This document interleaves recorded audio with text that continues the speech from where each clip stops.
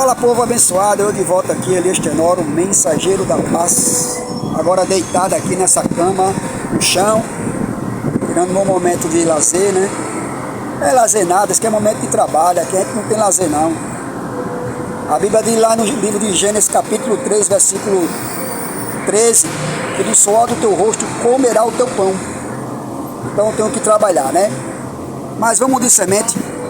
Já dizia alguns pensadores de que a boca fala aquilo que o coração está cheio. Então meu coração está cheio do que você vai ouvir. Meu coração está cheio do que diz lá a Bíblia em Lucas capítulo número 15, versículo número 8. Quando a Bíblia narra dizendo: o qual a mulher que tendo 10 dracmas e se perde uma e não acende a candeia e varrendo a casa reúne as amigas e as vizinhas dizendo: alegrai-vos comigo porque achei a minha dracma perdida. Eu gosto deste texto porque esse texto, Jesus, além de falar uma parábola, ele fala acerca da igreja. Isso remete na área espiritual da igreja. Aqui Jesus está contando, claro, uma história de um judeu, da dracma. A dracma simbolizava aquela moeda que foi desenvolvida na Grécia. Aliás, foi criada na Grécia, se não falar a memória, e desenvolvida em Roma. E a dracma, ela era um dia de salário, não é? De um trabalhador, seja ele braçal, seja ele rural, seja ele qual for, ele simbolizava um dia de salário, era a dracma. Mas o que eu acho interessante é Jesus contar acerca dessa parábola. E ele diz que a mulher que tem 10, ora, quem tem 10 não vai fazer questão por uma, porque se ele tem 10 ele fica com 9. Mas porém, a mais preciosa é a única moeda. Aquela mulher judia, ela estava agora fazendo um chamado draconário. Era uma espécie de véu que levava na sua cabeça ou no seu pescoço, era formada entre 10 e 12 moedas. Era uma economia que ela fez e com certeza algum artesão fez para ela. Mas na verdade quem deu aquela ali foi o noivo judeu.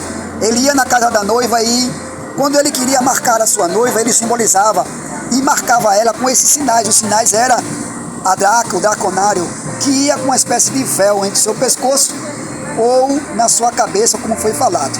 Interessante notar que essa mulher agora perde a dracma. A dracma agora se perde dentro da casa. E eu não sei qual é a hora em que o noivo estava indo na casa dela, pois o noivo não estava dizendo nem a hora nem um dia. Mas a noiva, que é adornada por causa das suas joias, dos seus utensílios, e esse draconário em que enfeitava a noiva daquela época, da época do judaísmo. Porém, a noiva agora está preocupada porque ela perdeu a dracma. E quem perde algo fica preocupado. Fica preocupado porque você quer logo achar. Interessante notar que aquela moça, ela sabia que o noivo estava à porta. E o noivo, por ir à porta, ele queria encontrar a noiva adornada, a noiva completa, a noiva sem mancha, a noiva que estava coberta, estava esperando um noivo com um sorriso no rosto, porque estava na véspera de celebrar o seu casamento.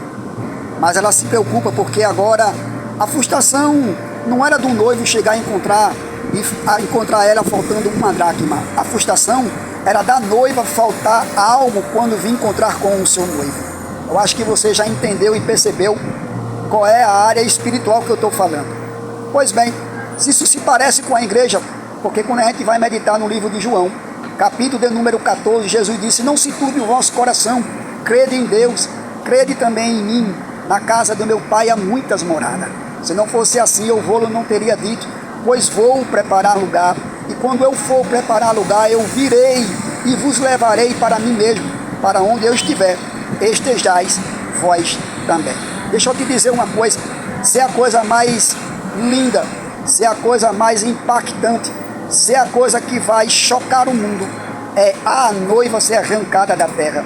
Porém, o noivo que está chegando, ninguém sabe a hora, ninguém sabe o dia. Mas uma coisa eu digo: vai querer encontrar uma noiva, não faltando os seus utensílios, não faltando a sua moeda, não faltando o seu brilho, que é o que representa a dracma. Mas, certa coisa eu digo, Jesus vai encontrar uma noiva limpa, pura, sem pecado, imaculada e, acima de tudo, feliz, porque um dia a voz do araripe, como voz de trombeta, soará e nós seremos raptados desta terra. Oh, glória! Mas deixa eu te dizer uma coisa, existe sim também a noiva que está cochilando. Essa noiva, ela representa aquela que o próprio Jesus disse no próprio capítulo 15, versículo 8, qual a mulher que tem 10 dracmas. Aqui tem a dracma, aqui se representa a noiva que está dentro da casa e ela está perdidinha. Sabe qual é aquela noiva? Aquela noiva que vai para a igreja todos os dias e muitas vezes faz ela de um fanatismo religioso muito grande, porque ela só quer viver 24 horas dentro das 4 paredes. A noiva, ela foi chamada não para ficar dentro das 4 paredes. A noiva, ela foi chamada para saudar o mundo. A noiva foi chamada para brilhar como nas luzes entre as trevas. A noiva não foi chamada para ficar simplesmente 24, 48 dentro de uma live. A noiva não foi chamada simplesmente para aceitar o conformismo deste mundo. O próprio apóstolo Paulo diz: não vos conformei com este mundo, mas transformai-vos com a renovação do vosso entendimento. Você entendeu que Jesus, ele vê você como uma noiva e ele não quer ver você faltando esse adornamento que é esse brilho do Espírito Santo. O Espírito Santo, ele tem ciúme de você. O Espírito Santo, ele zela pela tua vida. O Espírito Santo é o que te convence do pecado, é o que te convence das coisas que para ele incomoda. Então, se o Espírito Santo não incomodar a nós, se o Espírito Santo não confrontar a nós, pode ter uma certeza que nós não estamos convertidos. Essa é a mensagem que eu deixo para mim e para você nesta tarde.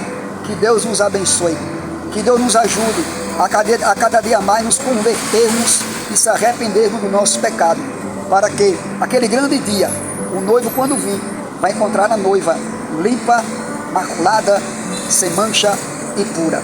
E eu creio que eu e você não ficará nessa terra, porque o que ficará nessa terra vai gemer de dor e sofrimento. Deus abençoe, continua orando pela nossa vida, pelo nosso país, pelo nosso Brasil, pelo nosso governante, pelos nossos pastores, pela nossa família, pelo nosso projeto. Continua também orando pelos desviados,